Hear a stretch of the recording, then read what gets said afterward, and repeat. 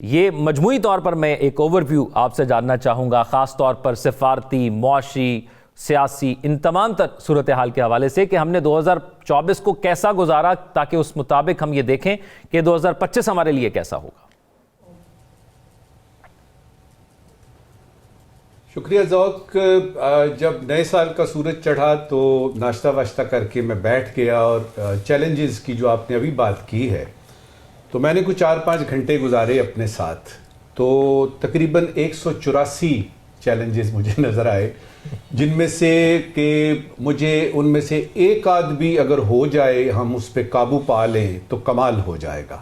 184 میرے نزدیک سب سے بڑا چیلنج جو پاکستان کو اس وقت پیش ہے، جو کہ 2025 میں چلے گا، وہ یہ ہے کہ جتنے بھی ہمارے چیلنجز ہیں، جو بھی چیلنجز ہیں، چاہے سفارتی محاذ پہ ہیں، معاشی محاذ پہ ہیں، سیکیورٹی کے اینگل سے ہیں، عدلیہ کے ہیں، جتنے بھی ہمارے پاس ہیں، کیا ہم میں سے کوئی صاحب اقتدار شخص خاص طور پہ یا کوئی سیاسی پارٹی یا مقتدرہ ان مسائل کو، ان چیلنجز کو ایڈریس کرنے کا ارادہ بھی رکھتا ہے کہ نہیں؟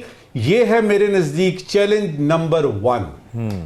اس کے بعد میں کچھ 3-4 چیلنجز کا ذکر کروں گا جو کہ دہائیوں سے پڑے ہوئے ہیں اور ان کی طرف کوئی دھیان نہیں دے رہا، اور آپ یقین کر لیجئے کہ اس وقت جو ہے نا، اگر آپ کسی سے بھی پوچھیں، کسی معیشت دان سے پوچھیں، کسی سیکیورٹی ایکسپرٹ سے پوچھیں، کسی ڈپلومیٹ سے پوچھیں، وہ ان باتوں کا ذکر ہی نہیں کرے گا۔ اور میرے نزدیک یہ بنیادی طور پہ پاکستان کے چیلنجز ہیں۔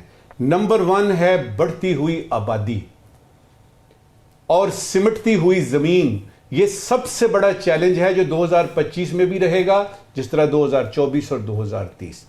دوسرے نمبر پہ ہے آپ کا صحت کا شعبہ، لوگ بیمار پڑتے ہیں، سمجھ نہیں آتی کہاں جائیں۔ تیسرے نمبر پہ ہے آپ کا تعلیم کا شعبہ، جس میں یہ ہے کہ کچھ سمجھ نہیں آ رہی، وہ 2.5 کروڑ بچے ہم صرف تقریریں سن لیتے ہیں جو 5 سے پتہ نہیں 16 سال کے درمیان اسکولوں سے باہر ہیں۔ تو یہ وہ 2-3 مسائل ہیں جو میرے نزدیک سب سے بڑے چیلنجز ہیں، لیکن الحمدللہ رب العالمین کسی کا ان کی طرف کوئی کسی قسم کا دھیان نہیں۔ اب آتے ہیں وہ چیلنجز جو کہ ہمیں اخباروں میں ملتے ہیں، لوگ باتیں کرتے ہیں۔ ظاہر ہے دہشت گردی ہمارا سب سے بڑا چیلنج ہے اس وقت، اور 2025 میں یہ بڑھتا ہوا نظر آ رہا ہے، لیکن ساتھ ہی ہمیں اپنے سپہ سالار کو دیکھیں یا اپنے لا انفورسنگ ایجنسیز کو دیکھیں تو وہ بڑی پرعزم دکھائی دیتی ہیں کہ ہم اس پہ قابو پا لیں گے۔ یہ بڑا چیلنج ہے اور یہ 2025 اور بیونڈ چلے گا۔ معیشت کی بحالی جو ہے، اڑان پاکستان آ گیا، اڑان پاکستان کی اڑان دیکھنی ہے، دیکھنا ہے کہ سی پیک کو اس دفعہ جو سیکنڈ فیز ہے وہ ہم کر بھی سکتے ہیں کہ نہیں۔ اور معیشت کی بحالی جو ہے اس کو ہم ایکویٹ کرتے ہیں کہ سٹاک ایکسچینج اب آسمان کی بلندیوں کو چھو رہا ہے، اس کا کوئی تعلق اس سے نہیں ہے۔ معیشت کی صحیح بحالی جو ہے وہ ہمارا چیلنج نمبر 2 ہوگا اگر آپ اس وقت کی بات کر رہے ہیں۔ ہمیں تازہ ہوا چاہیے، ہمیں اسموگ کا کچھ کرنا پڑے گا، سیلابوں کا کچھ کرنا پڑے گا، اس سلو انٹرنیٹ کا کچھ کرنا پڑے گا، اس VPN کا کچھ کرنا پڑے گا، اور ان نوجوان لڑکے لڑکیوں کے مستقبل کو دیکھنا پڑے گا جو کسی بھی طریقے پہ اب پاکستان چھوڑ کے جانا چاہتے ہیں۔ سیاسی غیر یقینی صورتحال چلتی ہوئی نظر آ رہی ہے 2025 میں، اور یہ چلتی رہے گی آخری وقت تک۔ سوشل میڈیا پر کنٹرول جو ہے وہ کچھ اور بڑھتا ہوا ہمیں نظر آ رہا ہے۔ یہ ایک بہت بڑا چیلنج ہے جو کہ حکومت کو بھی ہے اور عوام کو بھی ہے۔ 26ویں ترمیم کے بعد سپریم کورٹ کی کیا صورتحال ڈیولپ ہوتی ہے، آئینی بینچز اور سپریم کورٹ میں کیا حساب کتاب ہوتا ہے، یہ بڑا دلچسپ سال رہے گا 2025 کا۔ SIFC میں FDIs آتی ہیں کہ نہیں آتی، اور دہشت گردی اور یہ اکنامک جو آپ کی ریکوری ہے، ان کے درمیان بیلنس کس طرح SIFC کریٹ کرتا ہے، یہ 2025 کا سب سے بڑا چیلنج SIFC کا ہے۔ فارن پالیسی میں ہم دیکھیں گے کہ ابراہم ایکارڈ 2 آئے گا، جو ہی غزہ کی صورتحال ہوتی ہے ٹھیک۔ ادھر ہم دیکھ رہے ہیں سیریا جو ہے وہ سبڈیو کر دیا گیا، لبنان ویسے ہی گیا ہوا ہے، اس طرف سے یمن کی صورتحال، یہ سارا کچھ تو لگتا یہی ہے کہ اسرائیل اس سال کے آخر تک یقیناً اپنی حیثیت جو اس نے برقرار رکھنی تھی یا قائم کرنی تھی وہ کر لے گا۔ اس کے بعد ابراہم 2 ایکارڈ آنے کی امید ہے، اور پاکستان کا چیلنج یہ ہوگا کہ اگر سعودی عربیہ اسرائیل کو تسلیم کر لیتا ہے تو پاکستان نے کیا کرنا ہے۔ یہ فارن پالیسی کے جو بڑے بڑے چیلنجز ہیں اس میں ایک یہ ہے۔ 2022 میں نیشنل سیکیورٹی پالیسی آئی تھی، اس کا کچھ پتہ نہیں ہے وہ کہاں گئی. اسی میں ہی پاکستان کی فارن پالیسی تھی. ہم نے صرف اس کے 68 پیجز دیکھے, اس کے بعد کچھ پتہ نہیں ہے. تو چیلنج یہ ہے کہ فارن پالیسی کے بارے میں بات کرنی ہے, فارن پالیسی بتانا ہے کہ اس طرح سے ان خطوط پہ استوار ہوگی.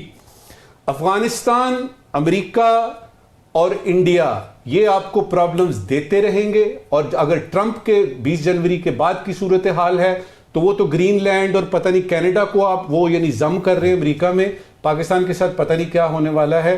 ابھی جو صورتحال آئی ہے جس میں کہ انہوں نے ہمارے مسل پروگرام پہ جو لگائی ہیں ایک دفعہ پھر سے سینکشن, تو یہ بہت بڑا چیلنج ہے. اسی چیلنج میں ایک اور چیلنج ہے کہ چین کے ساتھ اور امریکہ کے ساتھ تعلقات میں بیلنس کریٹ کرنا. میری خواہش ہوگی کہ جو اس وقت حکومت ہے وہ جو جید قسم کے ڈپلومیٹس ہیں جو ریٹائرڈ ہیں اور صبح صبح وہ سیر کرنے جاتے ہیں, شام کو بھی وہ سیر کرتے ہیں, گولف کھیلتے ہیں, ان کو بٹھائیں, ان سے پوچھیں کہ ڈویبل قسم کی کوئی ایسی بات بتائیے جس میں کہ ہم چین سے تعلقات بہتر ہوں لیکن امریکہ کی بھی مس گیونگ جو ہیں وہ دور ہوں. جی, روس سے بڑھتی ہوئی دوستی تھوڑی سی اور بڑھے گی, اور یہ ایک اور چیلنج ہوگا کیونکہ روس جو ہے وہ اینٹی یو ایس ہے. یہ بھی ایک فارن پالیسی کا چیلنج ہے. دنیا کو دہشت گردی کی طرف توجہ مبذول کرانی ہے. یہ میری اس وقت کی آخری باتوں میں سے ایک بات ہے. دہشت گردی ادھر موجود ہے لیکن دنیا کو پڑی بھی نہیں ہے, اور خاص طور پہ ویسٹرن پاورز کو کچھ نہیں اس وقت اس کا پتہ.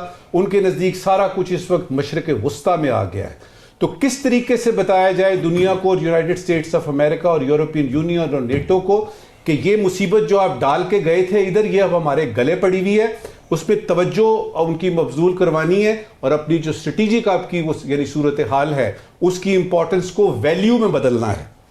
چیلنجز سب کو معلوم ہے, سوال یہ ہے کہ تیار ہیں کہ نہیں. مجھ سے پوچھیں گے اس وقت کی آخری بات, آپ صرف 2 کام کر لیجئے 2025 میں. میں پھر سے کہہ رہا ہوں, صرف 2 کام کر لیجئے 2025 میں, تو 2026 آنورڈ آپ کا روشن مستقبل نظر آنا شروع ہوگا. نمبر 1, غریب آدمی کو دیکھ لیجئے کہ اس کے گھر کا کرایہ, اس کے گیس اور بجلی کا بل اور اس کے بچوں کی تعلیم پہ جو خرچہ آتا ہے, اس کے بعد وہ باورچی خانے میں 3 وقت کا کھانا بنا سکتا ہے کہ نہیں, یہ کر لیجئے. اور دوسرا, سیاسی جو غیر یقینی صورتحال ہے اس کا کوئی ایسا حل نکالیے کہ جو بڑے بڑے سٹیک ہولڈرز ہیں, جو بڑی بڑی پارٹیاں ہیں, وہ کہے کہ ہاں بھائی اب ٹھیک ہے. لہٰذا کیا نتیجہ نکلا؟ امید کرتے ہیں کہ 2025 جو ہے وہ الیکشن کا سال ہوگا.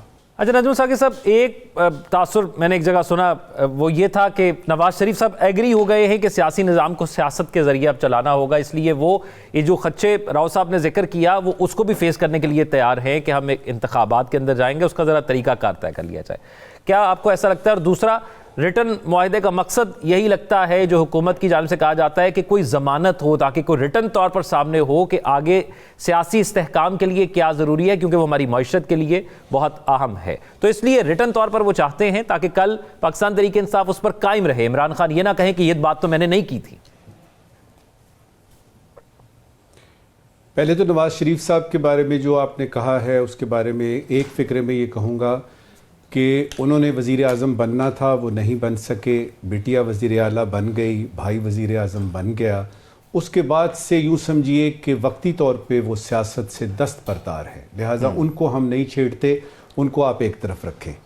باقی یہ جو مذاکرات کی بات ہے, اگر آپ کو یاد ہو ذوق, تو جب یہ شروع نہیں ہوئے تھے تو ہم نے اسی پلیٹ فارم سے بات کی تھی, کافی ساری چیزیں تجزیہ کرنے کے بعد, کہ 0 کو 0 سے ضرب دیں تو حاصل 0 لگتا ہے, آتا 0 ہی ہے. اور وہی صورتحال ہے کہ آج جو ہے وہ عرفان صدیقی صاحب, سینیٹر عرفان صدیقی صاحب, یعنی بڑے ہمارے معتبر سیاستدان ہیں اور بڑا دماغ ہے ان کا, انہوں نے کہا ہے کہ مذاکرات 1 انچ بھی آگے نہیں بڑھے. اس کے ساتھ ہی دوسری طرف سے تھریٹس آنے شروع ہو گئے ہیں کہ ہم یہ کمیٹیاں جو ہیں وہ یعنی بالکل ڈیزالو کر دیں گے, ہمیں بلا تعطل ملنے دیا جائے خان کے ساتھ, وغیرہ وغیرہ. تو یہ ہم ابھی بھی قائم ہیں اس پہ کہ یہ مذاکرات, تو ان کا نتیجہ جو نکلنا تھا وہ ہم نے مذاکرات شروع ہونے سے پہلے ہی بتا دیا تھا, اور اس بات کو پورا ہونے میں ہمیں کوئی خوشی نہیں ہے, کیونکہ اصل بات یہ ہے کہ کسی بھی ایک مسئلے کا حل اس میں سے نہیں نکلنا تھا, یہ صرف وقت ضائع ہوا ہے. ہم ان مذاکرات کی بات کر رہے ہیں اس وقت جو کہ ہمیں رپورٹ ہو رہے ہیں. وہ جو رپورٹ نہیں ہو رہے مذاکرات ہمیں تو پتہ ہی نہیں ہے کہ اس میں کیا ہو رہا ہے, اور وہ جو نہیں ہو رہے جس کا ہمیں نہیں پتا, ابھی تک کی تاریخ پاکستان کی دیکھیں تو اصل فیصلے وہیں پہ ہی ہوتے ہیں. یہ جو مذاکرات ہیں یہ کس قسم کے مذاکرات ہیں؟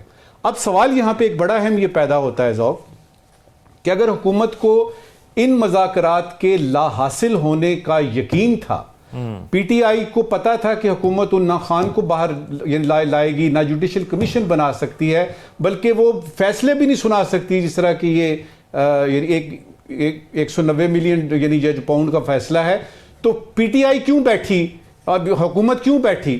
اس میں وضاحت سے تو میں بتانا چاہوں گا, لیکن یہ کہ ٹائم آپ کا ہوتا ہے محدود. جی. حکومت احتجاجوں سے تنگ تھی, حکومت کو بریدنگ سپیس چاہیے تھی, اور حکومت نے یہ بتانا تھا کہ دیکھیے ہم بات چیت کر رہے ہیں.